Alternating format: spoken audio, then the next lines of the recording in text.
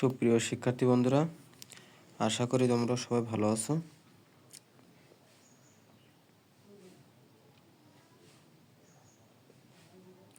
তো আজকে আমরা ভার্ব নিয়ে আসলে কথা বলবো।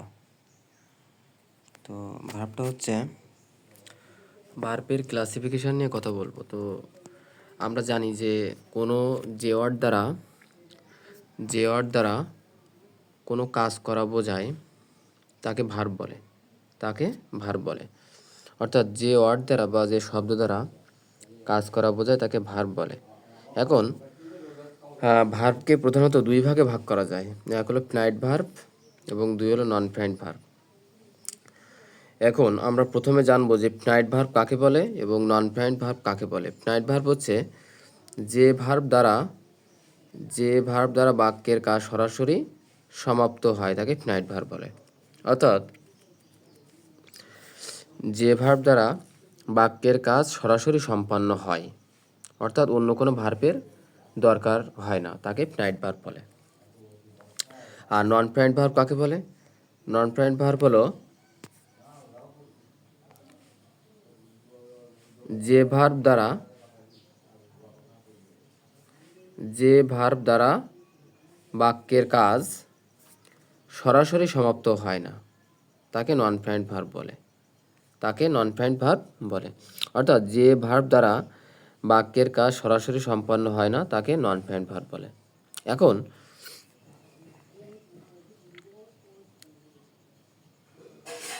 তো আমরা প্রথমে দেখব যে ফিনাইট ভার্বকে দুই ভাগে ভাগ করা যায়। এক হলো প্রিন্সিপাল ভার্ব আর দুই হলো অক্সিলারি ভার্ব। এখন প্রিন্সিপাল ভার্ব মানে কি? প্রিন্সিপাল ভার্ব মানে যে ভার্ব বাক্যের ভিতরে মূল ভার্ব হিসেবে কাজ করে, অর্থাৎ মূল ভার্ব হিসেবে কাজ করে, সেটাকে বলে প্রিন্সিপাল ভার্ব। অক্সিলারি ভার্ব কাকে বলে? অক্সিলারি ভার্ব হচ্ছে যে ভার্ব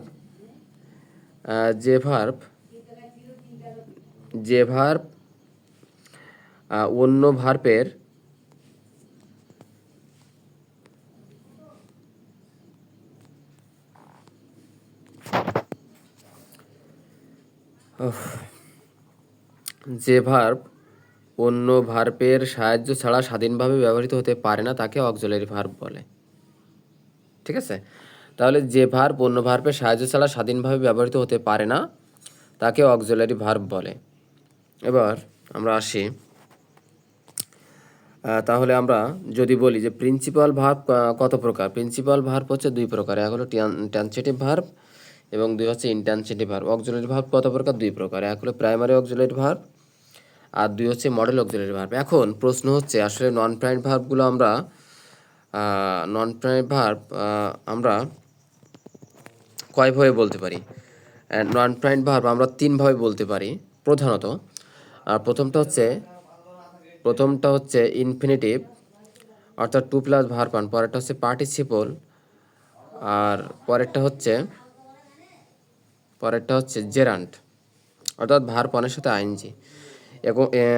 এবং পার্টিসিপলকে আবার তিন ভাগে ভাগ করা যায়। এক হলো প্রেজেন্ট পার্টিসিপল, ভার্ব ওয়ানের সাথে ING, past participle, verb three, আর পারফেক্ট পার্টিসিপল হচ্ছে হ্যাভিং প্লাস ভার্ব থ্রি।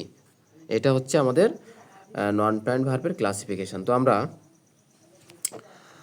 বিষয়টা দেখব যে আসলে সংজ্ঞাগুলো আসলে কেমনভাবে লেখা যায়। তো আমরা এখন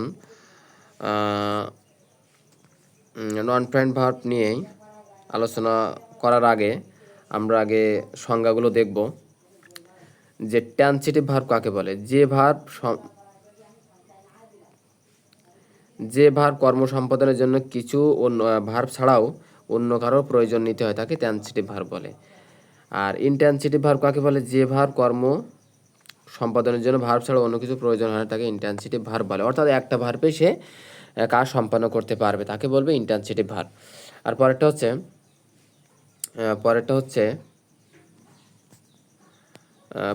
হচ্ছে যে ভার্ব মেইন ভার্বের সাহায্যকারী হিসেবে কাজ করে, মাঝে মাঝে মূল ভার্ব হিসেবে কাজ করে, তাকে প্রাইমারি অক্সিলারি ভার্ব বলে। আবার যে ভার্ব মেইন ভার্বের মুড বোঝানোর জন্য সাহায্যকারী হিসেবে কাজ করে তাকে মডেল অক্সিলারি ভার্ব বলে, অর্থাৎ মুড বোঝাবে, মুড বা অবস্থা বোঝাবে তাকে মডেল অক্সিলারি ভার্ব বলে। যেমন আমরা মডেল অক্সিলারি ভার্ব কোনগুলো বলতে পারি? ক্যান, কুড, মে, মাইট, এইগুলো আমরা মডেল অক্সিলারি ভার্ব বলতে পারি। Can, could, may, might, shall, should, এইগুলো। এরপরে আমরা আসি নন প্রাইন্ট ভার্ব। আসলে নন প্রাইন্ট ভার্বটা হচ্ছে যে ভার্বটা ওই সেন্টেন্সের ভিতরে বা ওই বাক্যের ভিতরে সরাসরি ক্রিয়া সম্পাদন করে না। তাহলে কি বললাম? যে ভার্বটা ওই বাক্যের ভিতরে সরাসরি ক্রিয়া সম্পাদন করে না তাকে নন প্রাইন্ট ভার্ব বলে। তো নন প্রাইন্ট ভার্ব আমরা কীভাবে চিনতে পারি? যদি কোথাও কোনো সেন্টেন্সের ভিতরে যদি এরকম থাকে যে 2+ ভার্ব 1, তাহলে আমরা সেটা ধরে নিব যে সেটা নন প্রাইন্ট ভার্ব। যদি কোনো সেন্টেন্সের ভিতরে যদি ভার্ব 1 এর সাথে আইএনজি থাকে তাহলে আমরা সেটা ধরে নিব, অর্থাৎ আমাদের যদি মূল ভার্ব ছাড়াও একটা ভার্ব ছাড়াও যদি আমাদের কোনো ভার্ব থাকে, সেই ভার্বের সাথে যদি আইএনজি থাকে তাহলে আমরা সেটা ধরে নিব নন প্রাইন্ট ভার্ব, অর্থাৎ প্রেজেন্ট পার্টিসিপল। মানে নন প্রাইন্ট ভার্বের মধ্যে আমাদের একটা হচ্ছে প্রেজেন্ট পার্টিসিপল। যদি সরি, এটা একটু ভুল হয়েছে, এটা কাটা। যদি এটা হবে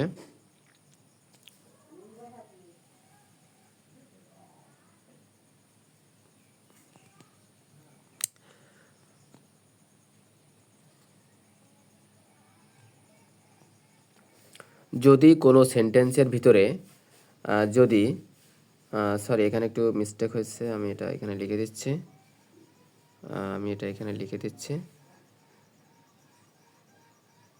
এখানে হচ্ছে যদি কোনো সেন্টেন্সের ভিতরে যদি হ্যাভিং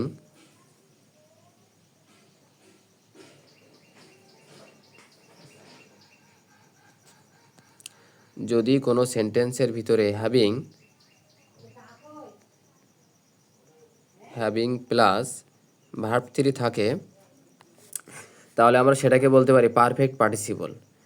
যদি কোনো সেন্টেন্সের ভিতরে যদি হ্যাভিং প্লাস ভার্ব 3 থাকে তাহলে আমরা সেটাকে বলতে পারি পারফেক্ট পার্টিসিপল, অর্থাৎ আমরা এটাকে নন প্রাইন্ট ভার্ব বলতে পারি।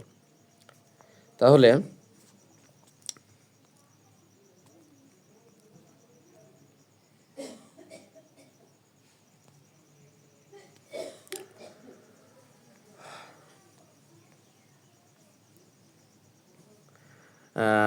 আরেকটা হচ্ছে জেরান্ট। যদি ভার্ব 1 এর সাথে আইএনজি থাকবে এবং সেটা নাউন হিসেবে কাজ করবে। সেটা কী হিসেবে কাজ করবে? নাউন হিসেবে কাজ করবে।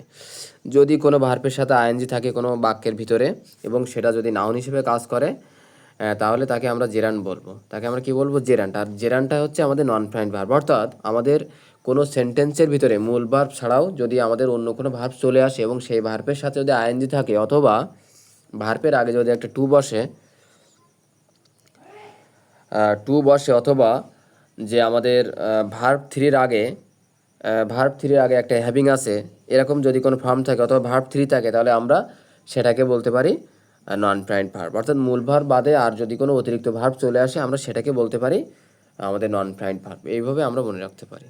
তো আশা করি তোমরা সবাই বুঝতে পেরেছো। তো সবাই ভালো থাকবে, ধন্যবাদ।